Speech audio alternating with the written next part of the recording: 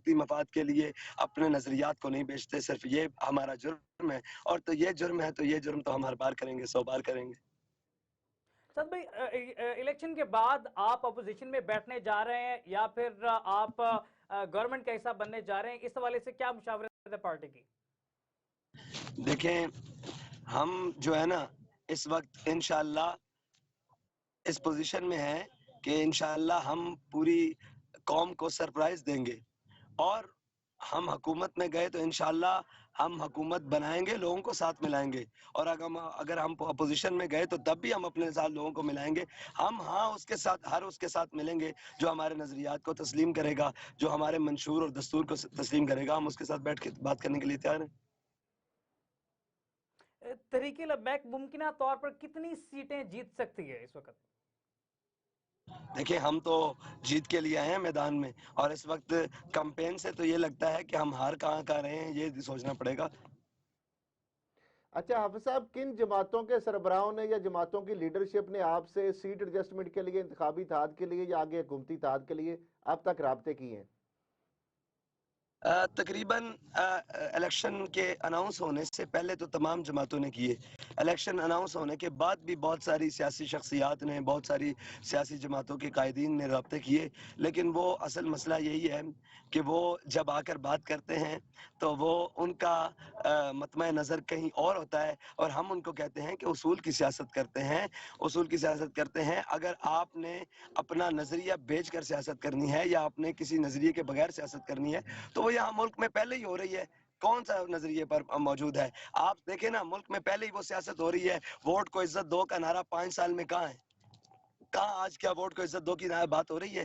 آج وہ لوگ کہاں ہیں جنہوں نے کہا تھا کہ ووٹ کو عزت دو, قاضی کو سنانا چاہتا ہوں؟ اب تو قاضی ان کو سنا رہا ہے.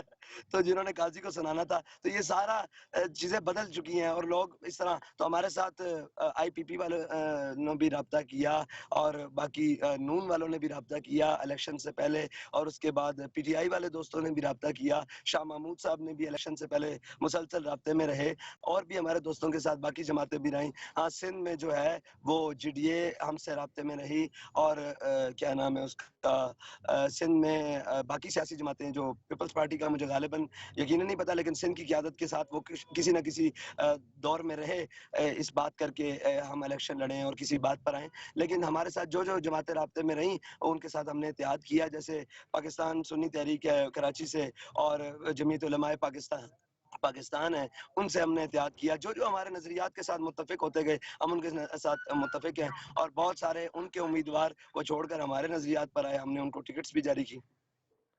اچھا حافظ صاحب, کیا آپ سمجھتے ہیں کہ نواز شریف صاحب واقعی ووٹوں کے ذریعے وزیر اعظم چوتھی مرتبہ بننے جا رہے ہیں, یا کسی کے کندھوں پہ سوار ہو کر یا سلیکٹڈ کے طور پر آ رہے ہیں سامنے؟ دیکھیں, یہ بات تو حالات بتا رہے ہیں کہ نواز شریف صاحب کیا ملک واپس آنے پر قانون کے سامنے پیش ہوئے ہیں یا قانون ان کے سامنے پیش ہوا ہے. بنتا تو یہ تھا کہ نواز شریف صاحب جب پاکستان آئے تھے تو وہ قانون کے سامنے پیش ہوتے.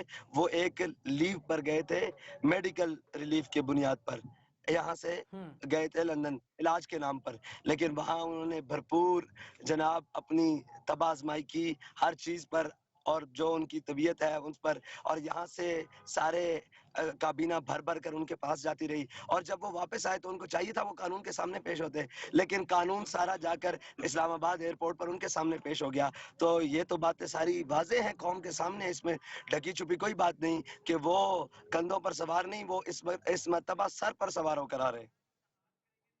لیکن سر یہاں پہ اگر مثال کے طور پہ جس طرح سے گراؤنڈ پہ پوزیشن نظر آ رہی ہے, جیسے لگ رہا ہے کہ میاں صاحب اقتدار میں آ جائیں گے, میاں صاحب کے اقتدار میں آنے کے بعد آپ سڑکوں پر ان کے خلاف نکلیں گے یا پھر ان کے حق میں ان کے اتحادی بن جائیں گے؟ دیکھیں, گراؤنڈ پر کیا سچویشن نظر آ رہی ہے, کہاں ہے گراؤنڈ پر مثال کے طور پر میاں نواز شریف, کہاں ہے گراؤنڈ پر ان کی جماعت, بتائیں کہاں ہے؟ گراؤنڈ پر تو ہم چلیں طریقے انصاف اور طریقے لبیک نظر آ رہی ہے نا جی, لیکن کچھ مخصوص حلقوں میں ڈسکس کیا جا رہا ہے کہ میاں صاحب چوتھی جس دفعہ وزیر گراؤنڈ پر اعظم وہ بنا ہے دیے جائیں گے. وہ گراؤنڈ جس گراؤنڈ پر وہ ہے وہ گراؤنڈ کہیں آسمان پر تو ہو سکتی ہے, اس زمین کی گراؤنڈ نہیں ہے. وہ گراؤنڈ کہیں کوئی اور جگہ ہو سکتی ہے. یہ پاکستان کے روڈ, گلیاں, کوچے, بازار اور شاہراہیں نہیں ہیں جس گراؤنڈ پر وہ ہیں. وہ یہ گراؤنڈ نہیں ہے جس پر ہم نظر آئیں. اور اس وقت دیکھیں قوم کے پاس جانا اور قوم کے ساتھ قوم کا رسپانس, تو وہ تو ہمیں کہیں بھی نظر نہیں آ رہے. کچھ جلسے انہوں نے کیے وہ بھی بڑے بند ہو کر اور باہر سے دنیا لا کر, اور آپ کو پتا ہے جس طریقے پر وہ سیاست کرتے ہیں اس طریقے سے انہوں نے کوشش کی ہے. لیکن اس وقت اگر حقائق پر دیکھا جائے تو وہ گراؤنڈ پر بالکل بھی نہیں ہے. اچھا حافظ اور صاحب, آپ اس نے حوالے سے عرب اخبار اردو نیوز کا ایک سروے بھی آیا, اور دیکھیں سروے میں یہ کہا گیا ہے کہ پاپولیرٹی جو ہے وہ تو پہلے نمبر پر تحریک انصاف ہے, لیکن وزیر اعظم نواز شریف ہوگا. یعنی یہ غیر ملکی اخبار کے سروے بھی یہ بتا رہے ہیں. لیکن اگر اس طریقے سے, اس طرح بلاول بھٹو یا پی ٹی آئی یا آپ جس طرح کہہ رہے ہیں لیول پلینگ فیلڈ, ایسے طریقے سے اگر نواز شریف صاحب برسر اقتدار آ جاتے ہیں, اور جس طریقے سے 2018 کی الیکشن میں آپ کی جیتی ہوئی سیٹ کو آخری وقت میں ہرایا ہوا, اور آپ نے کہا چونکہ یہ پیسٹری کا معاملہ ہے اور اب معاملہ کیک کا ہے, تو اب ہمارا اگر مینڈیٹ کو چرائے گا تو ہم اس کو جو ہے اس پر خاموش نہیں رہیں گے. تو ابھی کیا پھر چپ کر کے آپ حکومتی اتحاد کا حصہ بننا پسند کریں گے, یا اگر مینڈیٹ عوام کے ڈاکہ مارا گیا تو آپ سڑکوں پر ہوں گے؟ اب کے برس گلشن والے اپنا حصہ پورا لیں گے, پھولوں کو تقسیم کریں گے, کانٹوں کو تقسیم کریں گے. اب ہم نے اپنا جناب جو حق ہے نا وہ لینا ہے, اور انشاءاللہ تحریک لبیک اپنا حق لینے کے لیے میدان عمل میں رہے گی اس وقت تک جب تک حق نہیں ملتا. یہ 8 کی بات نہیں ہوگی, یہ 9, 10, 11, 12, جب تک ہمیں اپنا ہمارا حق نہیں ملتا انشاءاللہ ہم میدان عمل میں رہیں گے. اور قوم تیار ہے. دیکھیں قوم اس فیصلے کو کیسے قبول کر رہے گی کہ ڈبے میں ووٹ تو تحریک لبیک کا ہو اور وہ نکلے کسی اور کے نام کا, یہ تو ممکن نہیں ہو سکتا. یہ تو اتنی کھلی دھاندلی اور اتنی کوئی چیزیں نہیں. ہاں اگر جناب دیانتداری کی بنیاد پر الیکشن ہوئے اور سامنے چیزیں ہوئیں, اگر ہماری ہار ہوئی ہم ہار بخوشی تسلیم کریں گے کہ جی ہم ہارے ہیں یہاں پر. لیکن ہماری ہار نہ ہوئی اور ہماری جیت ہوئی تو کسی نے ہار میں بدلنے کی کوشش کی, تو پھر ہم اپنے حق کے لیے لڑیں گے. اور ہم کمپین کے لیے اس وقت پورے پاکستان میں کمپین کے لیے صرف جناب الیکشن کمپین کے لیے اس وقت پورے پاکستان میں ہم نے نون لیگ سے گولیاں کھائی ہیں, ہم نے ہمارے امیدواروں نے گولیاں کھائی ہیں, درجنوں لوگ اس وقت زخمی اور مضروب ہیں. ہم نے جناب کمپین کے اندر جھنڈے لگانے پر کیا کہتے ہیں اس کو, سندھ کے اندر, قاضی احمد کے اندر, نواب شاہ کے اندر شہادت اٹھائی ہے. ہم نے جناب فوٹو زرداری کی, وہ ہمارے تحریک لبیک کے کارکن تھے, ان کی شہادت اٹھائی ہے. ابھی بھی ہمارے کچھ کارکن جو ہسپتالوں میں پڑے ہیں. ہم بڑے تحمل کے ساتھ کمپین کے لیے اگر اتنا ظلم برداشت کر رہے ہیں تو یاد رکھیے گا اپنے حق کے لیے تو ہم اپنے جان کی بازی لگائیں گے انشاءاللہ. لیکن طریقے انصاف کے حوالے سے جس طرح سے سامنے آ رہا ہے, طریقے انصاف ایک سائیڈ لائن لگا دی گئی ہے الیکشن میں, لیکن طریقے انصاف کو اس وقت مکمل نظریں طریقے لبیک پر ہیں کہ وہ کہتے ہیں کہ طریقے لبیک ووٹ ہمارا بھی چوری نہیں ہونے دے گی, مسلم لیگ نون کو نہیں. کیا اسٹریٹجی ہے پولنگ بوتھ پر آپ کی, کس طرح سے ووٹ کو سیو کریں گے اپنے کو, اور طریقے انصاف باقی دیگر جماعتوں کے حق کو کیسے سیو کریں گے؟ دیکھیں جی اس وقت ہماری اسٹریٹجی جو ہے نا وہ ہر پولنگ سٹیشن پر موجود ہے, ہر آر او سسٹم کے اندر موجود ہے, جتنا بھی الیکٹرولل سسٹم ہے اس کے اندر ہم بہت ایکٹیو طریقے سے ہمارے کارکن سے لے کر ہمارے ذمہ دار تک, ورکر تک, پولنگ ہر چیز الحمدللہ مکمل کر رہے ہیں اور مکمل ہو چکی ہے, اور ہم اپنے ووٹوں پر پہرا دیں گے. دیکھیں جی ایک ووٹ جو ہے وہ اس حلقے کا, اس بوتھ کا, اس بلاک کوڈ کا, وہ ووٹ اسی حلقے اس پولنگ سٹیشن میں پڑ رہا ہے نا. جب پولنگ سٹیشن کے رزلٹ فارم 45 پر یہ رزلٹ آ جائے گا تو اگر کوئی تبدیل کرنے کی کوشش کرے گا تو وہ فارم 45 والے تو نہیں کرنے دیں گے کہ یار ہم نے سارا دن ووٹ اس ڈبے میں اس کے نکالے ہیں, اور نکلتے وقت اور ہم نے گنتی کی ہے اتنے نکلے ہیں, اب اس کے بعد کوئی تبدیلی کی کوشش کرے گا آر او آفس جا کر, تو انشاءاللہ ہمارے لوگ آر او آفس کے باہر موجود ہوں گے. اب میں نے کہا ہے کہ اس دفعہ کسی کی غلط فہمی ہے کہ وہ آر او آفس سے لے کر الیکشن کمیشن اسلام آباد تک اگر کہیں بھی کوئی گڑبڑ ہوئی تو ہم اپنے حق لینے کے لیے ان کے دروازوں پر موجود ہیں اور موجود رہیں گے اس وقت تک جب تک ہمارا حق نہیں ملے گا. اچھا حافظ صاحب, کیا سمجھتے ہیں یہ جو موجودہ سسٹم ہے, جو سو کالڈ ایک ڈیموکریٹک پارلیمنٹری سسٹم ہے, اس کے ذریعے نفاذ نظام مصطفیٰ کے لیے یا حقیقی بنیادوں پر جو آئین پاکستان ہے جس کا دستور جو ہے قرآن اور سنہ کے مطابق ہے, کیا اس سسٹم کے اندر رہتے اس پر عمل درآمد یا اس کو نافذ العمل کروا پائیں گے آپ؟ دیکھیں بڑی آسان سی بات ہے کہ اس پاکستان جو ہے نا وہ اسلامی جمہوریہ ہے, ٹھیک ہے جی. تو پاکستان کے جو آئین ہے نا، اگر اس کو نافذ کر دیا جائے پاکستان میں، تو جو بہت ساری قباحتیں ہیں نا، تقریباً 50% قباحتیں وہ تو ویسے ہی ختم ہو جائیں گی. جب 50% ختم ہو جائیں گی تو 50% کو ختم کرنے کے لیے تو جناب اسمبلی موجود ہے، سینٹ موجود ہے، صوبائی اسمبلیاں موجود ہیں، قانون نافذ کرنے والے ادارے موجود ہیں پاکستان کے اندر. جناب سینکڑوں ادارے موجود ہیں. تو یہ تو کام کرنا کوئی مشکل ہی نہیں ہے. ہاں، آپ نے کہا کہ 100 کال، دیکھیں آخر ایک حد ہے نا، قوم کے فیصلوں کی ایک حد ہے. کس وقت تک ان قوم کے ان فیصلوں کو رد کیا جائے گا؟ آخر کب تک یہ کہا جائے گا کہ جناب اپنے من پسند اور جناب ان لوگوں کو مسلط کیا جائے گا پاکستانی قوم پر؟ اب تو ویسے ہی بہت زیادہ اویئرنیس آ چکی ہے. صاحب اس وقت وہ دور جس نہیں طرح ہے، سے آپ نے وہ دور نہیں ہے. شکایت کی کہ مسلم لیگ نون کی جانب سے مختلف جگہوں پر آپ کے کارکنان پر حملے کیے گئے، الیکشن کمیشن کو کوئی درخواست سبمٹ کی گئی آپ کی طرف سے؟ جی، ہماری صوبائی الیکشن کمیشن میں بھی اور جناب قومی الیکشن کمیشن کے دفاتر میں بھی، تمام میں ہماری طرف سے جو درخواستیں ہیں وہ سبمٹ کی گئی ہیں، اور جناب ایف آئی آرز بھی کروائی گئی ہیں، اور مقامی پولیس اور ساری انتظامیہ کے سامنے ہیں چیزیں. اور کچھ جگہ انہوں نے ہمارے ساتھ تعاون کیا ہے، لیکن بہت ساری جگہ سے وہ بیچارے یہ کہہ دیتے ہیں آگے سے کہ ہمیں اوپر سے پریشر ہے. تو ہم بھی ان سے پوچھتے ہیں کہ وہ اوپر کون سا ہے جہاں سے آپ کو پریشر یہ ہے کہ قوم کے بچوں کو گولیاں لگ رہی ہیں اور آپ کہتے ہیں پریشر ہے. تو اس وقت ہمارے پاس جو ہماری آنکھوں کے سامنے جو چیزیں ہو رہی ہیں، وہ پاکستان کے شاید ہم نے اپنی ہوش میں ایسی چیزیں نہیں دیکھی تھی کہ جناب ڈی پی اوز اور ڈی سیز اور آر پی اوز اور بہت سارے ایماندار لوگ بھی ہیں، لیکن بہت سارے ایسے لوگ بھی ہیں جو اس وقت نون لیگ کی کمپین دروازوں پر جا کر رہے ہیں اور جناب بیوروکریسی کا استعمال کر رہے ہیں، اداروں کا استعمال کر رہے ہیں. تو یہ ساری چیزیں تو صاف ظاہر ہے، اور یہ ان کا وتیرہ رہا ہے، نون لیگ کا یہ وتیرہ رہا ہے کہ جب بھی وہ ملک میں آتی ہے یا اس کی کمر. اچھا آپ صاحب، ابھی آپ نے فرمایا کہ نون لیگ کی جانب سے آپ کے ساتھ زیادتیاں ہو رہی ہیں، پیپلز پارٹی کی جانب سے سندھ میں ہو رہی ہیں، تو یہ دو جماعتوں کے علاوہ اگر کسی سے اتحاد کرنا پڑے تو پھر کون سی چوائس یا آپشن آپ کے قریب تر ہوگا، پنجاب میں یا خیبر پختونخوا، بلوچستان، سندھ میں یا وفاق کے اندر؟ آپ سوال دوسرا کیجئے گا، آپ کی آواز کٹ گئی، ڈسٹورشن ہے. اچھا حافظ صاحب، میں نے کہا کہ جس طریقے سے آپ نے فرمایا کہ سندھ میں پیپلز پارٹی کی جانب سے آپ کے ساتھ وہاں پہ زیادتیاں ہو رہی ہیں اور نون لیگ کی جانب سے پنجاب میں، تو یہ دو جماعتوں کے علاوہ اگر حکومت بنانے کا مرحلہ آتا ہے پنجاب میں، سندھ میں، وفاق میں یا دیگر صوبوں میں، تو کن جماعتوں کے ساتھ آپ پریفر کریں گے یا قریب سمجھتے ہیں کہ ان کے قریب آپ اتحاد یعنی ان سے کیا جا سکتا ہے، اس حوالے دیکھیں، سے مظلوم آپشن پہ مظلوم کے غور کیا ساتھ ہی جا ہوتا سکتا ہے. ہے؟ اگر ظالم ظلم پر اتر آئے گا تو ہم سارے مظلوم اکٹھے ہو جائیں گے. تو کیا ہم یہ اس کا مطلب لیں کہ پی ٹی آئی کے ساتھ اتحاد بھی کر سکتے ہیں، اس آپشن کو بھی خارج از امکان قرار نہیں دیا جا سکتا؟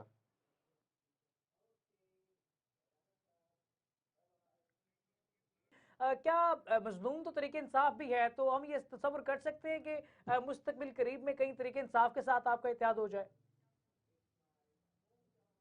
دیکھیں، یہ تو بات ہوگی جب وہ ہمارے نظریات کو تسلیم کریں گے، وہ ہماری باتوں کو تسلیم کریں گے، اور ہمارے ان سے کچھ حساب و کتاب ہے وہ جب طے ہوں گے تو اس کے بعد یہ سوچا جائے گا کہ ہم اپنے لوگوں سے مشاورت کریں گے. ابھی اس بارے میں کوئی فیصلہ طے نہیں، لیکن وہ ہمارے پاس آئیں گے، بات کریں گے، اپنی غلطیوں کو تسلیم کریں گے جو انہوں نے غلطیاں کی ہیں پہلے، اور ان غلطیوں کو نہیں دہرائیں گے، تو پھر بات چیت آگے بڑھے گی، انشاءاللہ ضرور بڑھے گی.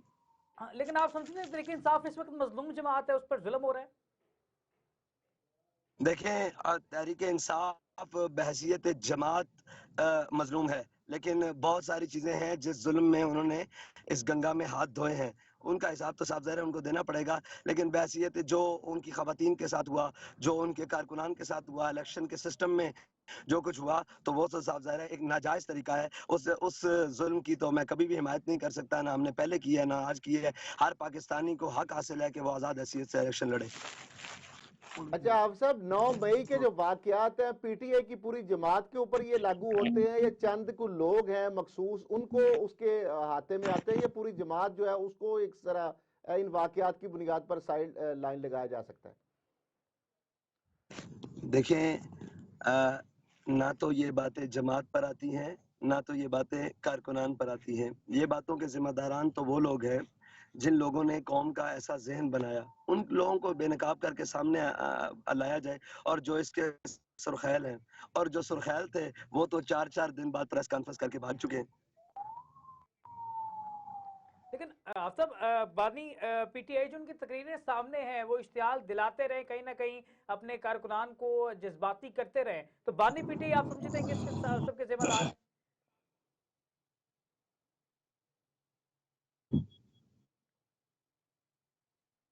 سب جان دو شاہ صاحب، آپ صاحب بانی تحریک انصاف جو ہیں آواز عمران کٹ رہی ہے خان ہیں جی انہوں آپ کا، بس نے کارکنوں کو سوال نہیں۔ کافی اس حوالے سے جذباتی کیا، ان کی تقاریر موجود ہیں، تو سمجھتے ہیں کہ وہ ذمہ دار ہیں 9 مئی کے؟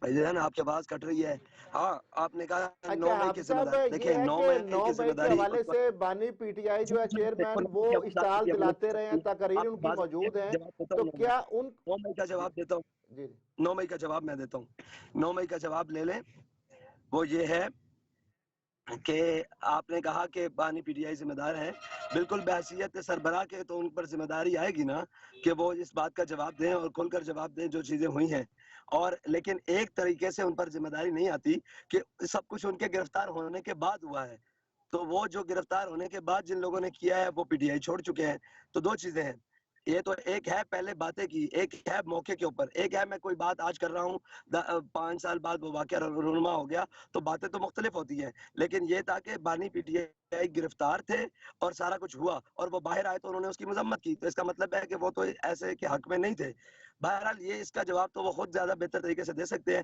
میرے نزدیک تو یہ ہے کہ کوئی بندہ گرفتار ہو اور پیچھے سے کچھ ہو تو اس کا ذمہ دار تو وہ شخص نہیں ہوتا۔ اچھا حافظ صاحب، ایک بڑا اہم معاملہ ہے، اور وہ ہے کہ آزاد حیثیت کے اندر جو ان کے لوگ کامیاب ہو کر آئیں گے اور ان کی ریکوائرمنٹ ہوگی لیگل کہ کسی پارٹی کے ساتھ ان کو ضم ہونا پڑے گا، الحاق کرنا پڑے گا، ان کی مجبوری ہے PTI کی، اگر وہ آپ کی جی طرف جو ہے وہ مطالبہ کرتے ہیں یا آپ کی طرف آنا چاہتے ہیں کہ آپ کی پارٹی کے اندر ان کے لوگ آ کے اپنی جو ہے وابستگی ظاہر کریں گے، کیونکہ کسی نہ کسی پارٹی سے ان کو وابستگی ظاہر کرنی پڑنی ہے، تو آپ کی پارٹی کا آگے سے کیا پھر جواب ہوگا ان کے لیے؟ دیکھیں ہمارے ساتھ ان کے جو آزاد امیدوار جو کھڑے ہیں نا جی، بہت سارے امیدوار ہمارے ساتھ رابطے میں ہیں، ہمارے امیدواران کے ساتھ رابطے میں ہیں، ہماری ذمہ داروں کے ساتھ رابطے میں ہیں، پارٹی قیادت کے ساتھ رابطے میں ہیں، تو ہم ان کو ویلکم کریں گے اور ہم ان کو کہیں گے کہ آپ اور ہمارے نظریات کو قبول کریں، ہم ان کے سامنے اپنی منشور اور دستور رکھیں گے اور ہم ان کو دعوت دیں گے کہ وہ آپ ہمارے ساتھ آئیں، اگر وہ ہماری دعوت کو ٹھکرائیں گے تو میرا سوال ان سے ہوگا کہ وہ کدھر جائیں گے، نون لیگ کے ساتھ جائیں گے، PTI پیپلز پارٹی کے ساتھ جائیں گے، کس جماعت کے ساتھ جائیں گے، MQM کے ساتھ جائیں گے، اب وہ ساری جماعتیں موجود ہیں جنہوں نے ان کی پیٹھ میں چھرا گھونپا ہے، تو ہم وہ ہیں جو ان سے چھرا گھونپوا کر بھی پھر بھی ان کے لیے ان کے خلاف ہونے والے ظلم کی آج بھی مذمت کرتے ہیں اور کل بھی کریں گے۔ آپ صاحب اب صاحب یہاں پہ ایک اور بھی سوال ہے نا کہ جس طرح سے آپ کہہ رہے ہیں کہ آزاد امیدواروں کے لیے ہم سپیس بنا دیں گے، یہ تو فصلی بٹیرے اس سے پہلے بانی PTI بھی لے چکے ہیں، تو وقت پہ آ کے آپ کو چھوڑ جائیں گے، پھر آپ کیسے فیس کریں گے سارے سینیریو کو؟ غلطی تو آپ بھی وہی دہرا رہے ہیں نا۔ پیش کریں گے نا، ہم ان کو دستور اور منشور اپنا پیش کریں گے، اگر وہ جیت کر آئیں گے تو ان کے ساتھ بات کریں گے کہ قوم نے آپ کا انتخاب کیا ہے، آپ اپنا انتخاب درست کریں، قوم نے تو آپ کا انتخاب کر دیا ہے، آپ اپنا انتخاب درست کریں، اگر وہ اپنے انتخاب کو پیپلز پارٹی اور نون لیگ بناتے ہیں تو قوم ان کو ریجیکٹ کر دے گی آئندہ کے بعد۔ اچھا حافظ صاحب، 4 ایسی بنیادی چیزیں جو اگر آپ اقتدار میں آتے ہیں تو پہلے وہ 4 کام کون سے ہوں گے جو آپ آ کے کریں گے اس ملک کو اس بحران سے یا عوام کو اس مہنگائی کی چکی سے نکالنے کے لیے؟ سب سے پہلے تو جو اقتدار میں آنے کے بعد جو IMF کے ساتھ معاہدے ہوئے ہیں نا، وہ قوم کو کھول کر بتانے پڑیں گے کہ آپ کو یہ مشکلات ہیں اور یہ مشکلات برداشت کرنی ہے، کیونکہ یہ IMF کے غلاموں نے یہ معاہدے کیے ہیں، اور قوم کے سامنے لانے پڑیں گے، اور پھر اس کے اوپر ان کا تدارک کرنا پڑے گا کہ IMF کے لیے۔ دوسری بات، قوم کے اندر جو مہنگائی موجود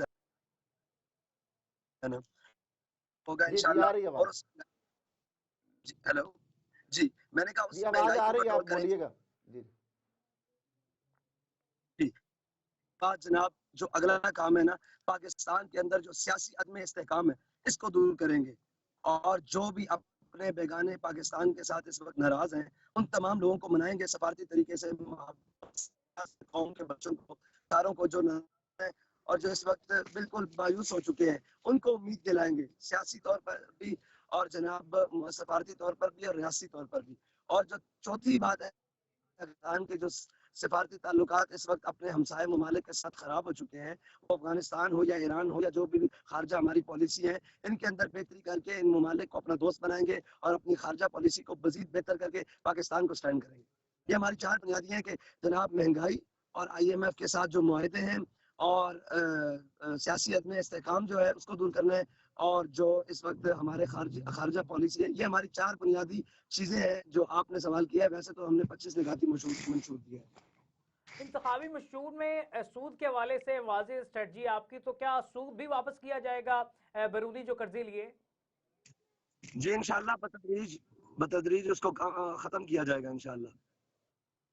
اچھا حافظ صاحب، کشمیر اور فلسطین کے حوالے سے جو فورن پالیسی کس طریقے سے لے کر چلے گے، اور جس طرح ایران کی کشیدگی ہے یا افغانستان کے ساتھ بھی ہمارے کو اچھے تعلقات نہیں ہے، اس حوالے سے کیا آپ نے سوچ رکھا ہے؟ جی یہی عرض ہے نا کہ افغانستان میں اس وقت ان کی جو ہے نا وہ دینی حکومت ہے.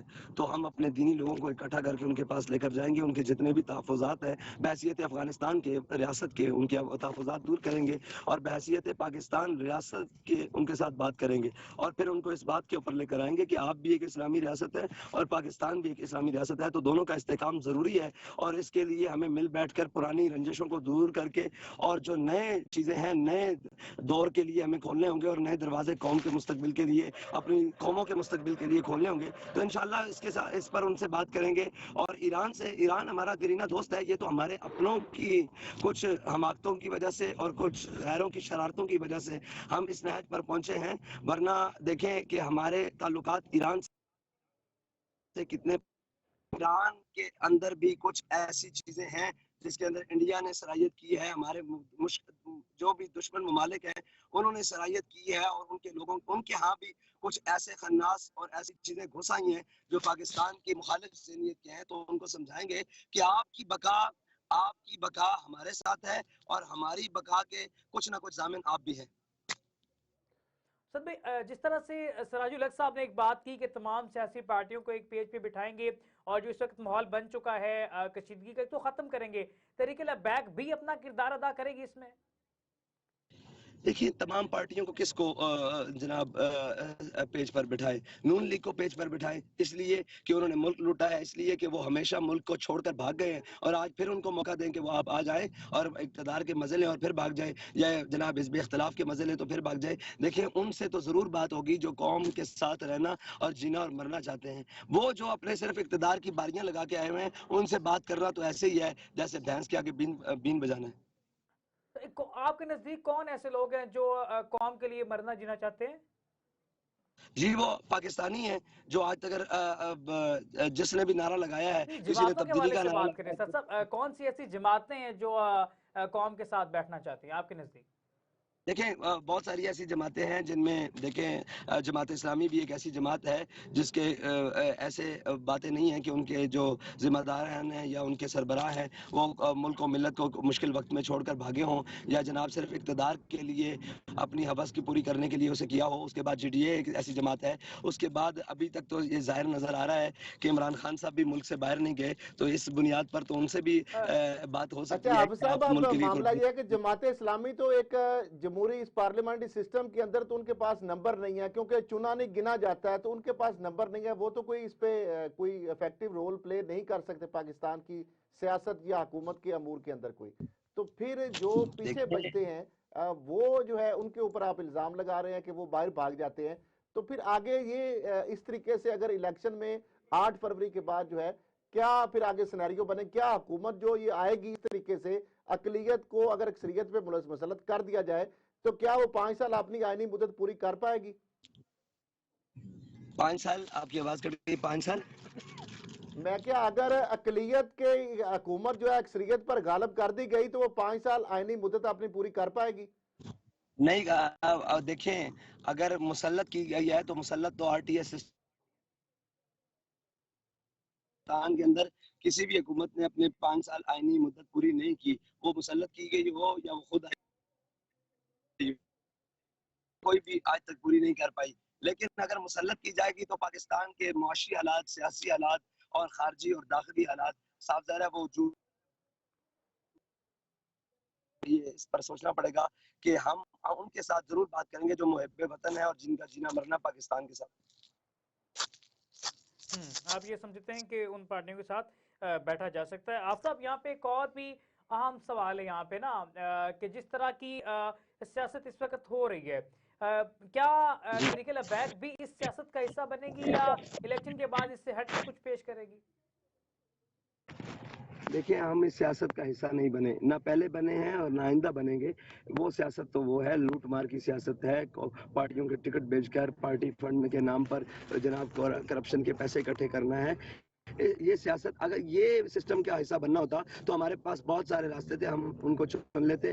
ہم نے وہ سارے راستے ٹھکرا کر حق اور سچ کا راستہ اپنایا ہے۔ انشاءاللہ ہمیشہ فتح حق کی اور سچ کی ہوتی ہے اور وہ ہوگی۔ ایک اور اہم سوال ہے، آپ کا ایک موٹو ہے کہ دین کو تخت پہ لانا ہے، خواتین کا کیا کردار ہے؟ کیا اسلام میں جائز ہے کہ خواتین بھی برسر اقتدار آ سکتی ہیں؟ دیکھیں، اقتدار جو ہے نا، حکومت اور ریاست کے سربراہ کی بحثیت ہے، تو وہ اسلام خاتون کی سربراہی کو قبول نہیں کرتا۔ اگر اسلام نہیں قبول کرتا تو جمہوریت قبول کرتی ہے، تو میں اسلام کی مانوں گا، جمہوریت کی نہیں مانتا۔ اور میں، کیونکہ پاکستان اسلامی ملک ہے، لہٰذا ہاں وہ جو ہے خواتین کے کردار کی، تو صاف ظاہر ہے اسلام کی تاریخ میں جتنا کردار خواتین کا ہے وہ ایک تابناک ماضی ہے اور روشن ماضی ہے، تو پاکستان کے اندر بھی جتنا کچھ جناب مذہبی حلقوں کردار۔ کی جانب سے تنقید کی جاتی ہے کہ خواتین کو ٹکٹ دے دیے گئے تحریک لبیک کی جانب سے، جی، کچھ مذہبی حلقوں کی جانب سے تنقید کی جاتی ہے کہ تحریک لبیک نے خواتین کو ٹکٹ دیے ہیں۔ جی تو دیے ہیں، ہماری خواتین ریزروز پر بھی موجود ہیں، جنرل سیٹوں پر بھی موجود ہیں، اور وہ الیکشن لڑ رہی ہیں اور اپنی کمپین بھی چلا رہی ہیں بھرپور طریقے سے۔ تو حافظ صاحب، ابھی یہ جو سیاسی عدم استحکام، جو انتہا پسندی یا جس طرح سے نفرت اور تقسیم کی یہ سیاست چل رہی ہے، یہ آگے جو آپ سمجھتے ہیں کہ یہ کم ہوگی یا مزید 8 فروری کے بعد اس کے اندر شدت آئے گی؟ دیکھیں، آپ قوم کو جمہوریت کے نام پر بھوک سے مار دیں، آپ قوم کو کرونا کے نام پر ان کے جناب قبرستان بنا دیں، آپ قوم کو سیلاب کے اندر پھنسے رہنے دیں اور وہ بھوک سے کھلے آسمان تلے اپنے گھروں سے بے گھر ہو کر مر جائیں، تو آپ اس کو کہیں کہ یہ نفرت ہے؟ تو بھائی یہ نفرت ہونی ہے نا۔ قوم کے اندر نفرت پیدا کس نے کی ہے؟ قوم کے نفرت کے ذمہ داران کون ہیں؟ مجھے یہ بتائیں کہ جن لوگوں کے پاس اقتدار رہا ہے، کیا ان کا حق نہیں بنتا تھا کہ وہ قوم کے اندر ہمدردیاں پیدا کرتے؟ ہمیشہ انہوں نے قوم کے اندر نفرت پیدا کی ہے ان ہر چیزوں سے جس سے قوم کے مفادات کو لوٹا ہے، قوم کے مرضی کو لوٹا ہے، تو یہ نفرت تو مزید بڑھے گی جب تک قوم کی منشا کے مطابق، قوم کی مرضی کے مطابق ان کو اختیار نہیں دیا جائے گا کہ وہ کسی کو، کیونکہ جمہوریت ہے تو جمہوریت میں اکثریت کی رائے مانا جاتا ہے، تو جب تک اکثریت کو نہیں تسلیم کیا جائے گا تو یہ نفرت مزید بڑھتی جائے گی، کم تو نہیں ہوگی۔ اچھا حافظ صاحب، فیض آباد دھرنوں کے حوالے سے آپ کی جماعت پر الزامات لگتے رہے ہیں، اور اس حوالے سے سپریم کورٹ اگر آپ کو بلائے گی یا آپ خود جانا چاہیں گے وہاں پہ، یا آپ کیا موقف رکھتے ہیں؟ کیونکہ فیصلے کے حوالے سے تو بہت بڑی چارج شیٹ لگانے کی کوشش کی گئی آپ کی جماعت کے اوپر اور کچھ اداروں کے اوپر بھی۔ دیکھیں، فیض آباد جو دھرنا ہے نا جی، فیض آباد دھرنا میں ایک بہت بڑا ظلم یہ ہوا ہے کہ فیض آباد دھرنا کیس میں ہم بحثیت پارٹی کے پیش ہوئے ہیں وہاں پر، اور ہماری فائل اٹھا کر قاضی تو نہیں کہہ سکتے، جسٹ فائز عیسیٰ صاحب نے ان کو اٹھا کر فائل کو سائڈ پہ رکھ دیا ہے، اس کہ آپ سے یہ نہیں پوچھا جا رہا، میں تو اداروں سے پوچھنا چاہتا ہوں۔ اداروں نے ہمیں کلیئر کیا ہے سارے معاملات میں، اور ہم ان کے سامنے پیش ہوئے ہیں۔ ہمیں تو ہماری تو یہ التجا ہے سپریم کورٹ کے آگے کہ وہ ہمیں بلائے اور ہمیں سنے، کیونکہ یہ الزام اور یہ جو وہ لگاتے ہیں وہ الزام تو ہمارے سارے کہ ہم نے دھرنا دیا ہے، تو ہم اس سے انکار بھی نہیں کرتے۔ ہم نے کہا ہے کہ ہم نے دھرنا دیا ہے اور 22 دن دھرنا دیا ہے، ہم نے روڈ کو بھی جیم کیا ہے، ہم نے اپنے حقوق کو بھی منوایا ہے، ہم نے حکومت سے معاہدہ بھی کیا ہے، ہم نے مطالبات بھی پیش کیے ہیں، اپنے مطالبات منوائے بھی ہیں، ہم نے شیلنگ بھی برداشت کیا ہے، گولیاں بھی برداشت کیا ہے، ہم نے شہید بھی اٹھائے ہیں۔ تو حق تو یہ ہے سپریم کورٹ کا کہ ہمیں بلائیں، لیکن یہاں الٹی بات ہے کہ میڈیا پر تحریک لبیک کے خلاف بات ہو تو وہ غیر جانبدار ہو کے صحافی خود ہی فیصلہ کر رہے ہوتے ہیں کہ یہ ایسے ہوا اور یہ ایسے ہوا، ہماری بات کو سننا بھی گوارا نہیں کرتے، نہ ہمیں لینا گوارا کرتے۔ کرتے ہیں. سپریم کورٹ میں ہمارے بارے میں بات ہو تو ہم جا کر پیش بھی ہوں تو وہ کہتے ہیں آپ کو نہیں بلایا, ہم تو اداروں سے پوچھنا چاہتے ہیں. بھائی اگر آپ اداروں سے پوچھنا چاہتے ہیں تو اداروں بھی تو ہمیں بلا کر پوچھیں گے. جب ادارے ہمیں بلا کر پوچھیں گے اور ہم ان کو جواب دیں گے تو آپ ہم سے ڈائریکٹ جواب لیں. اور جب دل چاہے, سپریم کورٹ نہیں, دنیا کی کسی کورٹ میں, پاکستان کی کسی کورٹ میں جب دل چاہے ہمیں طلب کریں, ہم وہ تمام افراد حاضر ہونے کے لیے تیار ہیں جن کے اوپر یہ الزام ہے. اچھا حافظ صاحب, یہ آپ کیا سمجھتے ہیں کہ ہماری عدالتیں آزادانہ فیصلے کر رہی ہیں یا آج بھی ریاستی اداروں کی مختلف اداروں کے اندر مداخلت جو ہے وہ ہو رہی ہے, اور کیا یہ مداخلت ہوتی رہنی چاہیے, یا اس پر آپ کا کیا موقف ہے ابھی یہ جو سارا سینیریو ہے؟ اس وقت ریاستی ادارے, پاکستان کے ساتھ سب سے بڑا مذاق ہے, ایک لفظ ہے نیوٹرل, اور یہ اب جھوٹ بن چکا ہے. ہمیں بہت سارے مقامات پر یہ باتیں ایسے نظر آتی ہیں کہ یہ جھوٹ ہے. اگرچہ بار بار کہا جاتا ہے کہ جی نیوٹرل ہیں, ادارے نیوٹرل ہیں, نہ تو پاکستان کی کورٹس نیوٹرل ہیں, نہ تو پاکستان کی اسٹیبلشمنٹ نیوٹرل ہے, نہ تو پاکستان کی بیوروکریسی نیوٹرل ہے. یہاں پھر وہی بات ہے کہ جس کی لاٹھی ہے اس کی بحث. تو جو اسٹیبلشمنٹ کی چھاپ ہے طریق البیک پر, اس کو کیسے جسٹیفائی کریں گے آپ؟ دیکھیں ہمارا کردار جسٹیفائی کرتا ہے. آپ مجھے بتائیں جو چھاپ ہم پر لگائی گئی ہے اس چھاپ کا کوئی ایک ثبوت ہے کسی کے پاس؟ اگر ہے تو وہ آئے سپریم کورٹ میں ہمارے سامنے کھڑا ہو جائے, ہمارے اوپر کیس دائر کرے, کہیں آ کر ہمیں بلائے, ہمیں سنے, کوئی ایک بات, کوئی ایسا ایک کردار جس کی وجہ سے یہ ثابت ہو سکے کہ ہم نے کسی کا اعلی کار بن کر کوئی کام کیا ہے یا کسی کا اعلی کار بن کر کوئی گفتگو کی ہے. لیکن ایک اور اس میں بڑا اقتضاد ہے, ایک طرف اسٹیبلشمنٹ کی چھاپ ہے اور دوسری طرف آپ کے اوپر بھارت کی جانب سے جو سرپرستی پشپنائی, یا وہاں سے جو ایک پیچھے پروپیگنڈا بہت زیادہ زہریلا کیا گیا کہ وہاں انڈیا سے بیٹھ کر طریق البیک کے اکاؤنٹ چلائے جا رہے تھے, جس طرح آپ نے دیکھا وہ ایک فیک پوری ایک کمپین چلائی گئی.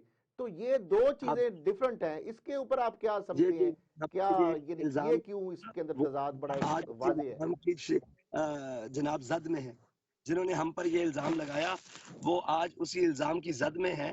تو جھوٹ کو تو پھر جناب نہ اس کے پر ہوتے ہیں, اور جھوٹ ہمیشہ لوٹ کر بھی آتا ہے اور ظلم ہمیشہ لوٹ کر بھی آتا ہے. جن لوگوں نے ہم پر یہ الزام لگایا تھا آج وہ اسی الزام کی زد میں ہے کہ یہ بھارت سے فنڈنگ آئی ہے, بھارت کے راہ کے ایجنٹ ہیں, یہ ہیں وہ ہیں. تو یہ تو پرانا وتیرہ ہو چکا ہے. پاکستان کے اندر کوئی بھی اپنے حقوق کی بات کرے گا وہ سب سے پہلے شدت پسند ہوگا, قدامت پسند ہوگا, نہیں باز آئے گا تو دہشت گرد ہوگا, نہیں باز آئے گا تو راہ اور انڈیا کا ایجنٹ ہوگا, نہیں باز آئے گا تو غدار ہوگا, اور پھر بھی نہیں باز آئے گا تو پھر تختہ دار کا حقدار ہوگا. اچھا حافظ صاحب, اگر آپ اقتدار میں آتے ہیں تو جو آئین کی دفعات جو ہیں سیکشن 62 اور 63 صادق اور امین کے حوالے سے, جو تاجات نائلی کا, اس حوالے سے آپ ان کی تبدیلی کے حوالے سے کوئی اقدامات سوچ رکھے ہیں آپ نے کہ ان کو واپس لائیں گے یا ایسے ہی چلے گا معاملہ؟ دیکھیں سیاست کے ساتھ, پاکستانی قوم کے ساتھ اس سے بڑا کیا مذاق ہو سکتا ہے کہ قوم کا سردار ہمیشہ قوم کا خادم ہوتا ہے, اور بینروں پر لکھا جاتا ہے کہ دیانتدار قیادت, ایماندار قیادت, اور جو آئین اور قانون کے مطابق, جس دیانت پر آپ نے آئین اور قانون کے مطابق اترنا ہے اس دیانت کو آپ چھوڑ کر آپ قانون ہی تبدیل کر دیں تو اس سے بڑا کیا مذاق ہوگا. دیکھیں جب تک پاکستان کی قیادت سیاسی ہو یا مذہبی ہو, عسکری ہو یا کوئی بھی ہو, وہ جب تک دیانتدار لوگوں کے ہاتھوں میں نہیں آئے گی اس وقت تک پاکستان کے حالات نہیں بدل سکتے. بہت شکریہ حافظ صاحب رضوی صاحب, آپ ہمارے ساتھ موجود تھے. جس طرح سے گفتگو کی ہے امیر طریق البیک پاکستان, حافظ صاحب, حسین رضوی صاحب, گھل صاحب, جس طرح سے گفتگو کی آپ صاحب نے, آپ اس پر کیا سمجھتے ہیں, کیا واقعی